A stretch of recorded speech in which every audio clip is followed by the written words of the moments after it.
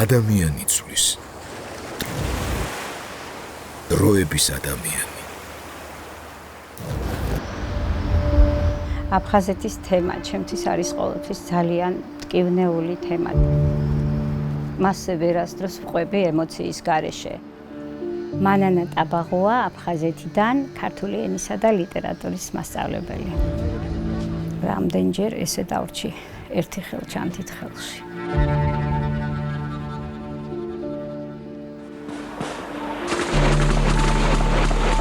მთელი აფხაზეთის ფრონტმა ასე ვთქვათ, თავზე გადამიარა ჩემი მოსწავლეობა, ჩემი სტუდენტობის პერიოდი დაემთხვა სამწუხაროდ იმ პერიოდს, როდესაც აფხაზეთში ომი დაიწყო. როცა ვამბობ ჩემი პერიოდიო, მარტო ჩემს ისტორიას კი არ ვყვები, ჩემი თაობა, ჩვენ ვართ ვიძახი ხოლმე ხშირად ჩაკარგული თაობა. და რატომ ჩვენ ისეთ პერიოდში მოგვიწია ცხოვრებამ ბრძოლა და ცხოვრება, ბრძოლა არსებობისთვის, ბრძოლა მშვიდობისთვის ეს ჩვენი ყოველდღიური საზრუნავი გახდა. სიცოცხლით სავსე, უბედნიერესი ხანა იწყება, როდესაც სკოლას ამთავრებს ადამიანი. ჩემთვის ეს დაიწყო ომით. პირველი კონფლიქტი სწორედ მოხდა 99 წელს. აბიტურიენტი ვიყავი სოხუმის სახელმწიფო უნივერსიტეტის, უნდა ჩამებარებინა, ვაბარებდი ფილოლოგიის ფაკულტეტზე, ქართული ენა და ლიტერატურა და სწორედ აი ამ ფაკულტეტის გამოცდით იწყებოდა გამოცდები სოხუმში. სწორედ პირველი დარბე ვავუწოდეთ, დარბი ეს საგამოცდო ცენტრი, მახსოვს რომ ახლობელმა ამბავი გამოიტანა თქვენი საბუთები ყველაფერი დაიწვა, მაგრამ ნუ გეშინიათ აღდგება ყველაფერი.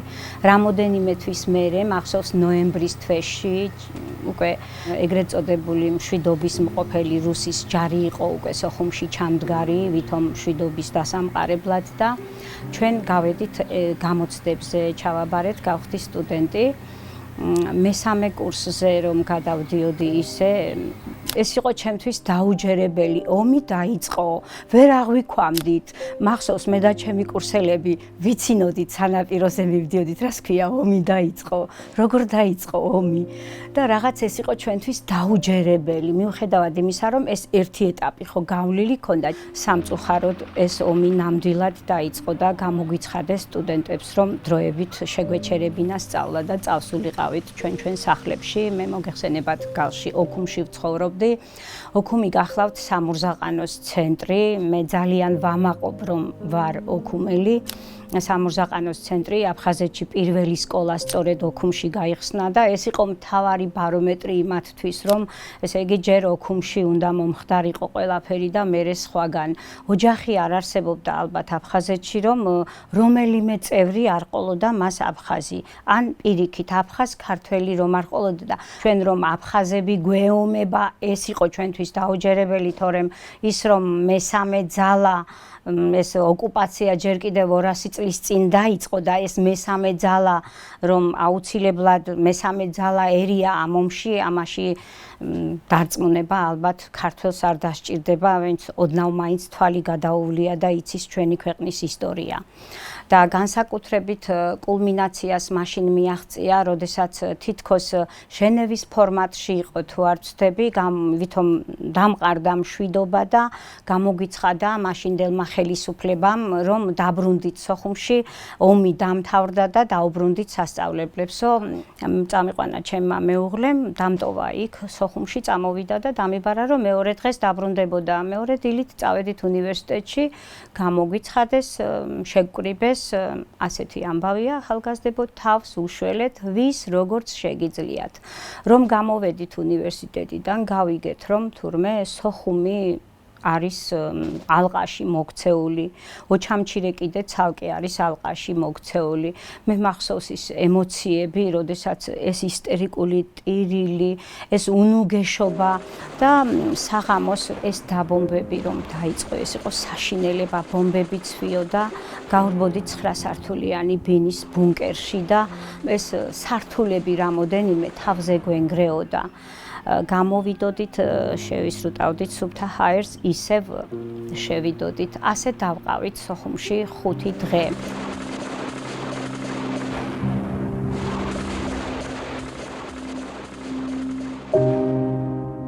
სოხუმში უკვე გაუსაძლისი მდგომარეობაა. ჩვენ შევესწარით ამბავი მოვიდა ნათელში ამყოფოს საქართველოს ეროვნული გმირი ჟიული შარტავა მოკლესო და კივილი მოდიოდა პარალელური ქუჩიდან. სამშობიარო სახლს ურტყამდნენ და იქ არ ვიცი ვინ კიო და იქიდან მოდიოდა კიდე სასოწარკვეთილი კივილი და ემოცია იცით როგორი გქონდა, აი ხედავ რომ ერთ წამში ან გადარჩები ან მოკვდები. აი ამ რეჟიმში ხარ და ხანდახან მიკვირდა ადამიანების რომლებიც სხვებს დასტიროდნენ. აი იმდენად და აი ამ მომენტში ვგებულობ რომ აი ამ ხოცვა-ჟლეტის მომენტში რომ ჩემში იღვიძებს ახალი სიცოცხლე ველოდები ბავშვს.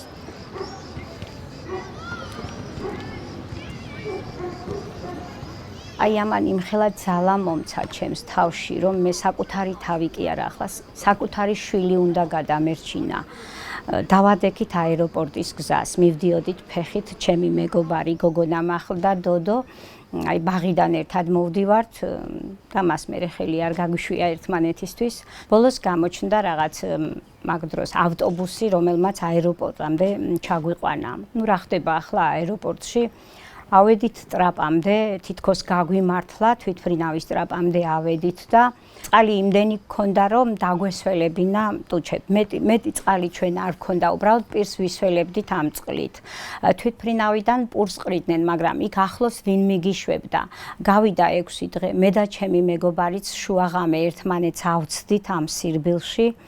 მას ეგონა რომ მე სხვა თვითმფრინავით წამოვედი, ის ავიდა სხვა თვითმფრინავში, ჩამოფრინდა თბილისში, მე ის ვერ ვნახე იმ თვითმფრინავიდან უკან გამოვბრუნდი, იმიტომ რომ მე ის მკვდარი მეგონა, მან არის ის უკვე თბილისში რო ჩავიდა, გამოაცხადა რადიომ აეროპორტში რომ სოხუმის აეროპორტი დაიხურა, იმიტომ რომ ჩამოაგდეს თვითმფრინავი და მან უკვე დაიჯერა რომ მე მომკლეს და აღარ მიდის სახლში, თურმე არის თბილისში აეროპორტში ათენ აღამებს.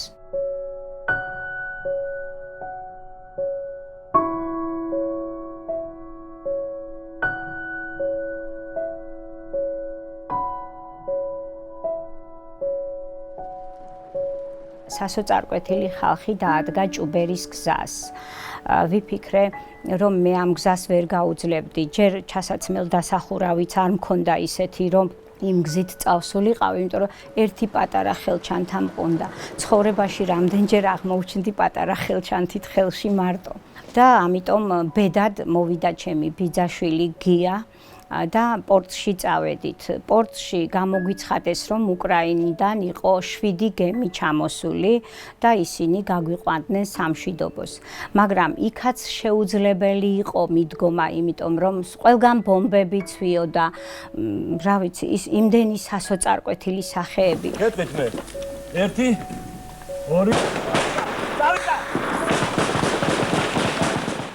სრული პათეტიკის გარეშე ვამბობ, რომ ეს იყო ჯოჯოხეთი, ნამდვილი ჯოჯოხეთი იყო დედამიწაზე, სადღაც მოჭრილი ხელი, სადღაც გარდაცვლილი ადამიანი, სადღაც დაჭრილი გმინავდა ჯარისკაცი აღყავდა თვითმფრინავში და ეს ყველაფერი იყო გაუსაძლისი ამის ნახვა.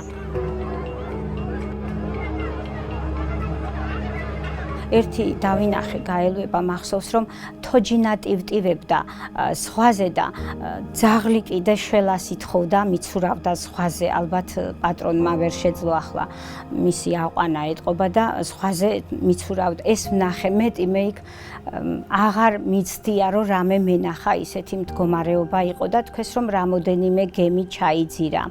ჩვენ სიღრმეში მივდიოდით, რომ ავცდენოდით აი ამ ბომბებს და ამიტომ 2 დღე და ღამე მოვდიოდით ბათუმამდე.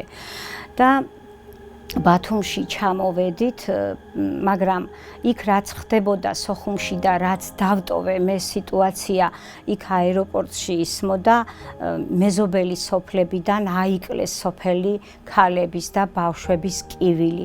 ეს იყო ის ყველაზე ამაზრზენის სურათი, რაც კი აეროპორტში საკუთარ თავს რომ დაგავიწყდებდა, ისეთი კივილი მოდიოდა მიმდებარე სოფლებიდან და ამბობდნენ ადამიანები, ახლა ეს ამ სოფელში შევიდნენ, ახლა ამ სოფელში და იყო ასეთი უმწეო და უნუგეშო მდგომარეობა. გადავრჩი ჩამოვედი ბათუმში, ჩამოდგა გემი, ბათუმელები დაგხვდნენ იქ მოსახლეობა, დაგხვდა, ზოგს წყალი მოჰქონდა, ზოგს საჭმელი, სხვადასხვა საკვები, ცხელი რძე, ჩაი, ტანსაცმელიც კი, მაგრამ მე უნდა ისევ გალში უნდა ჩავსულიყავი, უნდა მომესწრო ჩემი მეუღლისთვის, რომ გადამერჩინა, რომ ჩემს საძებრად შუაგულ ცეცხლში არ აღმოჩენილიყო და ჩავჯექით მატარებელში და წამოვედით. ჩემი და ჩემი მეუღლის მშობლები მელოდებოდნენ ან მკვდარს, ან ცოცხალს, ამიტომ ისინი არსად გასულან და მე მათთან უნდა წავსულიყავი აუცილებლად. დავბრუნდი საკუთარ ოჯახში და უკვე იქ ჩავიკეტეთ ჩვენ. უკვე ვეღარ გავდიოდით, დრო გადიოდა თვეები. შემდეგ მოხდა თებერვლის ეგრეთ წოდებული წმენდა დაიწყო.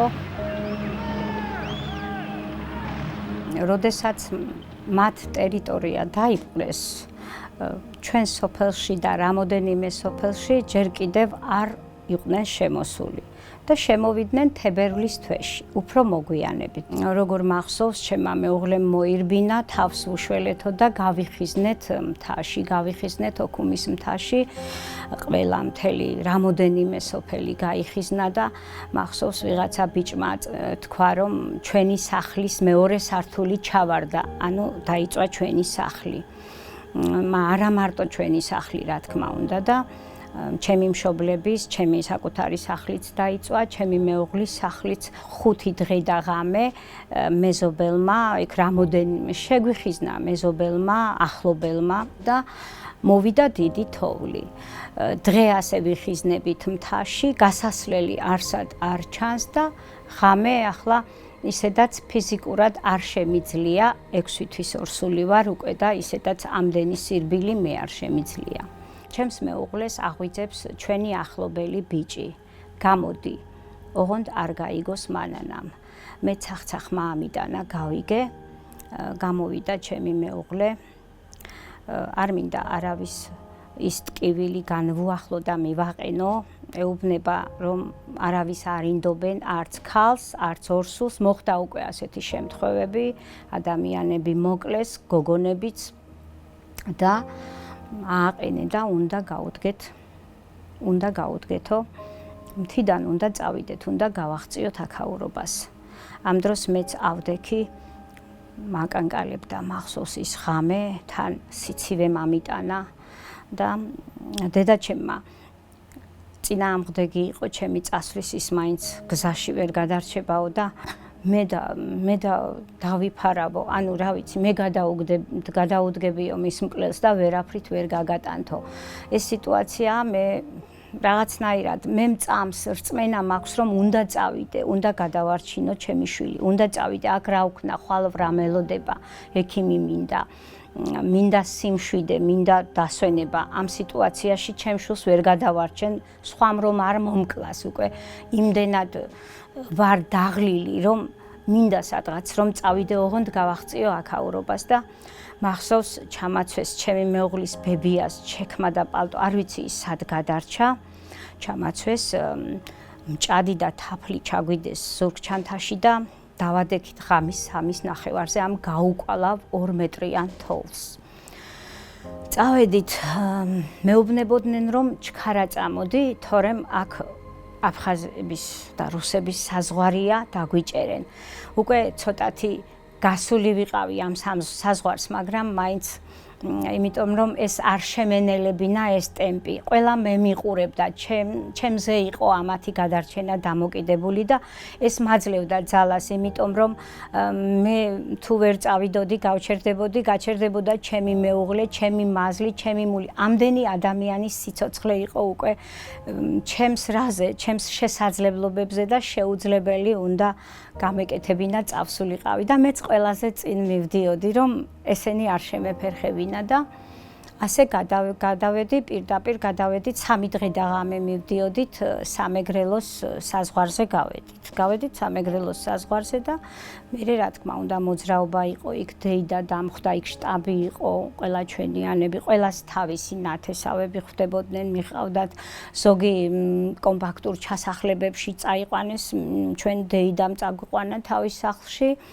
და მახსოვს მე მომიყვანეს ქუთაისის წყალტუბოს გადასახვევის კლინიკაში არასდროს დავივიწყებ ამ ადამიანის სახელით და გვარს ეგ იყო ბატონი ზურა კილაძე გინეკოლოგი რომ ამ კლინიკამ თუ არ ვიცი მაშინ რა ერქვა საკუთარი შვილივით მიმიღეს რაღაცნაირად და სრულიად უუნებელი დაიბადა ჩემი ბიჭი პირველი შვილი ვაჟიშვილი შემეძინა და მე რაღაცნაირად რაღაცა არის ადამიანში ქვეცნობიერი რომელიც რომ იწევს თავისი კუთხისკენ ქუთაისიც ხომ ჩვენი სამშობლოა მაგრამ რაღაცა გვიბიძგებდა იქ ხალხი იყო მოსახლეობა მოჩვენებითი სიმშვიდე რომ იყო ამას ჩვენც ხვდებოდით მაგრამ ჩვენ გქონდა იმედი რომ დაბრუნება იქნებოდა ეს შერიგება იქნებოდა და დავბრუნდებოდით ანუ საქართველოს აი ამ თავის კუთხეს აფხაზეთს დაიბრუნებდა კანონიერად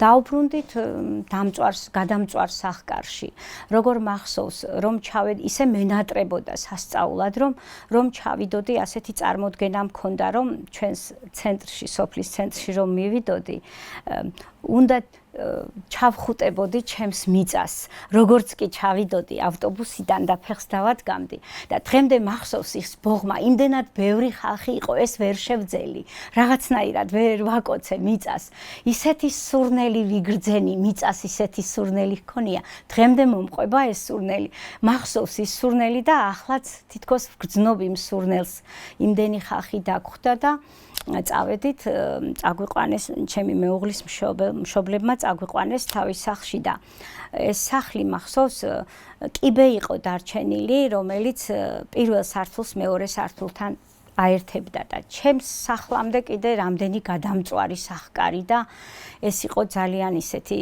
გულსაკლავის სურათი რომ ისინი უფრო შეჩვეული იყვნენ მაგრამ რაღაც თითქოს გულზე ისეთი ლოდი დამაწვა როგორი სიცოცხლით სავსე ძალიან მდიდარი სოფელი სიცოცხლით სავსე სოფელი მიყრუებული ყველა ხო არ იყო რამდენი ნასახლარი და შევედით და ეს ადამიანების განცდა იყო როგორი ხვდებოდნენ გზაში თითქოს იმედის ხირი შევიტანეთ ესენი დაბრუნდნენ ესე იგი დაბრუნება იქნება მშვიდობა იქნება და ისეთი ბედნიერი სახეები ქონდა ყველას მეც ბედნიერი ვიყავი რომ ამდენი ადამიანი გავაბედნიერეთ ჩვენი ჩასვლით ჭირდებოდი სკოლას იმიტომ რომ ეს ქართული ენა თავიდან დაშვებული იყო სკოლებში სწავლება ეს რაღაც ერთ-ერთი მეთოდია ყველაფერს ერთად არ კრძალავენ და მე მიდის ეს თანდათან სკოლაში ჩვეულებრივ გავაგრძელე მუშაობა ვასწავლიდი ქართულს აგრეთვე ისტორიას და დევნა რა თქმა უნდა მიმდინარეობდა ბრძოლა იმიტომ რომ მტერმა ყოველთვის კარგად იცის რომ ენა არის პირველ რიგში ადამიანის ერის იდენტობა და ეს უნდა გაანადგურო რომ მასთან ბრძოლაში მოიგო რა თქმა უნდა ეს წლების განმავლობაში მიმდინარეობდა მაგრამ საბოლოოდ წერტილი დაესვა 2008 წლის ომის შემდგომ როცა ასე გადაგვიყარეს პირადი საქმეები აქ აღარ იქნება ქართული სწავლება ამ სკოლაში და რაღაცა ხერხისთვის უნდა მიგვემართა და ჩვეულებრივ გავაგრძელე სახლში მუშაობა ბავშვები სახლში მოდიოდნენ გაკვეთილს ვატარებდი ზოგი დილით მოდიოდა ზოგი სკოლის მერე მოდიოდა და ეს წლები გრძელდებოდა მანამდე სანამ წამოვიდოდი მე 2013 წელს აი საზღვარზე გადმოვდივარ სანოვაგი მომაქვს საკუთარი შვილებისთვის სტუდენტებისთვის და სულ რომ არ ველოდები ისე ეს პასპორტი მივაწოდე ამ მესაზღვრეს ეგრეთ წოდებულს და წამართვეს პასპორტი გამაბრუნეს უკან კაბინაშია იქ რუსი ჯერ აფხაზი დგას მე რუსი მე ისე და მეთქი ამიხსნით რა ხდება რატომ წამართვით ეს პასპორტი რა არ ვარ ადამიანი არ მეკუთვნის პასპორტი პიროვნება არ ვარ პიროვნებას ხო აძლევენ დამადასტურებელ პასპორტს და ამიხსენით რატომ მართმევთ ამ პასპორტს და ნუ ვერ ახსნეს და ბოლოს მომალაპარაკა მიზეზად ისიც კმარა რომ ქართველი ხარ. დავბრუნდი სახლში, რა თქმა უნდა, სასოწარკვეთილი, არ ვიცი, ვტიროდი, ესე იგი, ძალიან ისე ემოციებში ვიყავი, ნერვიულობდი მთელი 2-3 წელი და გადავდიოდი, მე რამოდენიმეჯერ გადმოვედი, შემოვლითი გზით წამოვედი, ესე არალეგალურად, შვილების სანახავად. და ესეც იყო ერთგვარი ჩემი შევიწროება, რომ წამართვეს ეს პასპორტი, ეგრეთ წოდებული ბინადრობა მქონდა ადამიანს. იქ დავიბადე, იქ გავიზარდე სკოლა, იქ დავამთავრე, კი უნივერსიტეტი თბილისში დავამთავრე, მაგრამ იქ დავიწყე, იქ მუშაობდი, იქ ვცხოვრობდი და მიდგებოდნენ ირიბად, ხან პასპორტს წამართმევდნენ, ხან რაღაცა. და ბოლოს სანამ ეს მოხდებოდა და გადმოვიდოდი, დამიბარა ეგრეთ წოდებულმა უშიშროების წარმომადგენელმა ქალბატონმა. მითხრა პასპორტის თაობაზე გიბარებო, იმიტომ რომ ამ პასპორტის დროსაც ხდებოდა სანამ მომცემდნენ ჩემი დაკითხვა. და რაღაცნაირად, რა ვიცი, ბუნებით მშიშარა არ ვარ. რაღაცნაირად გავბედე და წავედი. ეს არის 2023 წლის ოქტომბრის თვე, ძალიან ისე ვარ ძმა ახალი დაკრძალული მყავს, ეს იყო ჩემი ძმის 40-ის შემდგომ. მე ამ ქალბატონის კითხვებს რომ დაუკვირდი, ძალიან ჭკვიანი ქალბატონი ხარ და რა გაგიჭირდა ისეთი, რომ ქართული არ ასწავლო. რა თქმა უნდა, მე პასუხს არ ვაძლევდი, არ ვაღიზიანებდი, აქ ვცდილობდი რომ ჩემი თავი გადამერჩინა ამ შემთხვევაში და შევძელი უფალმა შემაძლებინა რომ ან შიშმა არ ამიტანა ან რაღაცა და რაღაც ისეთი ხელმოსაჭიდი რაღაცა ან ვინმე მთხოვდა რომ თუნდაც ერთი მოსწავლის სახელი და გვარი მეთქვა, რომელიც ჩემთან დადიოდა. არავითარი ბავშვი, არავითარი გაკვეთილი, ჩემთან არავინ არ დადის, ამას ვუმეორებდი, რამოდენიმეჯერ გავუმეორე ეს სიტყვა და დამიბარა ისევ მოდი პასპორტს მოგცემო. ახლა მე ეს რა თქმა უნდა არ დავიჯერე, მე ამ საქმის გამკეთებელს როგორ უნდა დამეჯერებინა, რომ ის მე პასპორტს მომცემდა. და მოვდივარ გზაში, ჩემს თავს ვეუბნები, მანანა, ახლა დრო არის შენ, სახლში კი არ უნდა მიდიოდე, პირდაპირ უნდა მიდიოდე ენგურისკენ, მაგრამ რითი წავიდე, პასპორტი არ მაქვს. მოვედი სახლში და მეთქი ახლა ვიცი რომ რაღაცა ცუდი მზადდება ჩემს წინააღმდეგ, მაგრამ ვაიმე რა უყვა ამდენ წიგნებს, ამდენ რაღაცას სად წავიღო და რაღაც უნდა მოვიმოქმედო. და ჩემი მეუღლე არის წამოსული თბილისში ბავშვებთან და მე საფლავი ვერ დავტოვე და არ წამოვედი, მაგრამ მეც ვაპირებ წამოსვლას ექიმთან კონტროლზე და ეს მომენტია, რომ ეს რაღაცნაირად პასპორტი არ მაქვს, თორემ ის ხამე ისე გავიდა, რომ აღარ მინდოდა სახლში გაჩერება და წამოვედი საბუთი გამიკეთეს ჯამთელობის ცნობა და აი ამ ჯამთელობის ცნობით გადმოვლახე საზღვარი. წამოვედი, მაგრამ იმ მიზნით, რომ უკან უნდა დავბრუნდე ისევ.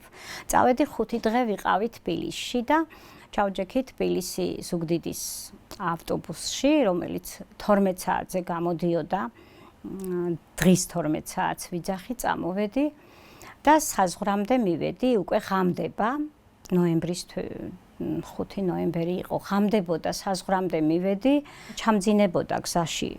ვხედავ, რომ ძალიან ბევრი ზარია შემოსული და ვურეკავ ერთ-ერთ მეგობარს, გავიხუმრე რა, არ შეგიძლიათ 9 საათში მანდ ვიქნები, რა გჭირთ, რა სამიფეთქეთ ტელეფონი. გოგო მომისმინე, არ წამოხვიდე. კარგი მე ვუთხარი. მეტი მე არაფრის თქმა არ მჭირდებოდა უკვე, ჩემთვის ყველაფერი ნათელი იყო, ჩემ სახლში იყვნენ უკვე მოსული. გავბრუნდი ეს ჩემი ბორბლებიანი ჩანთა. დავაბრუნე და გამოვბრუნდი უკან მოვედი საზღვარზე, სადაც ქართველი მესაზღვრეები დგას და წამოვიდა ესე ეძახიან მინივენის ტიპის რაღაც მანქანა თბილისის რეისზე, დაუქნიე ხელი და ესე სწრაფად ჩავჯექი უკან თბილისში მოდიოდა ეს მანქანა იყო მინივენის ტიპის და მგზავრებს ელოდებოდა, ორ მგზავრს ველოდები და გავალო. ბიჭექი ესე ცრემლები თავისით მოდიოდა, ესე როგორია, თავის შეკავება მინდოდა, მაგრამ ამ დროს როგორ შეგიძლია რომ თავი შეიკავო ადამიანმა, ყველაზე მეტად რაც წარმომიდგა, ეს იყო ჩემი საფლავი, რაც ყველაზე მეტად მიმძიმდა, ისედაც უშვილძიროდ წავიდა ამ ქვეყნიდან ჩემი ძმა და მისი საფლავიც კი არ მქონდა რომ მოვფერებოდი და ეს იყო ჩემთვის ყველაზე დიდი ტკივილი ამ მომენტისთვის. და მცხოვმა ქაბატონოს არ მიბრძანდებით ჩემს სახლში. არ ვიცი რამდენად გულწრფელი ვიყავი, მაგრამ ესეთი პასუხი გავეცი რომ მოვდიოდი ჩემს სახლში. და იმ ადამიანს, რომელმაც ჩემი ინფორმაცია გასცა, მე მინდა რომ თავის თავსაც აპატიოს, იმიტომ რომ პატიება ეს ისეთი ნათელი რამ არის, რომელიც ღმერთამდე მიგვიყვანს ყველას და მოინანიოს, თუ გულწრფელად მოინანიებს ჩემი მხრიდან მე ვაპატიე, იმიტომ რომ არავისთვის ჩემს ყველაზე ახლობელთანაც მე მისი სახელი და გვარი არ გამიჟღერებია არასდროს. და მას მერე ვარ თბილისში. ჩემს საქმიანობას შეძლების დაგვარად ვაკეთებ, მაგრამ მენატრება იქაური ყველაფერი, მეზობლები მენატრება. წამოსვლამდე იმ დილით მეზობელმა ქალბატონმა ესე თასით ისეთი რჩეული ხილი მომაწოდა და ის მაგიდაზე დავბრუნდები და შემდეგ გავსინჯავ თქვა. ესე დავტოვე რომ გადმოსვლა ესე არ ვაპირებდი, უკან უნდა დავბრუნებულიყავი ისევ ჩემს სახლში და მას მერე არ დავბრუნებულ ვართ არც ჩემი მეუღლე, რა მნიშვნელობა აქვს რა ჩემი მეუღლე წასულა რამე და ასე დავტოვეთ სახკარი რამდენჯერ ესე დავრჩი ერთი ხელჩანთით ხელში.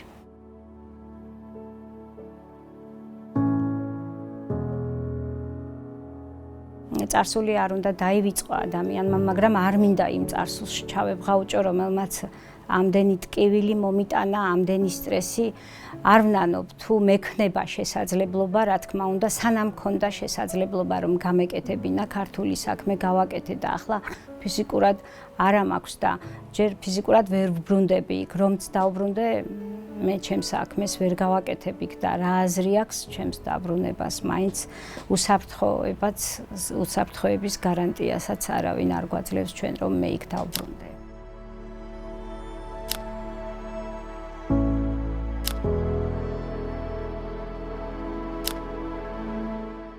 რწმენას არასდროს არ ვკარგავ. მე მაქვს იმედი, რომ ერთ მშვენიერ დღეს ჩვენ იქ დავბრუნდებით. იმ განადგურებულ სახკარზე მაინც დავბრუნდებით და იმას ისევ აღვადგენთ, რა თქმა უნდა, დაბრუნების იმედი სულ მაქვს. აუცილებლად, სანამ იმ ქვეყნად წავალ, მე ჩემს საფლავს ნახავ აუცილებლად. ამის იმედი სულ მაქვს და სულ მეფიქრება ამაზე.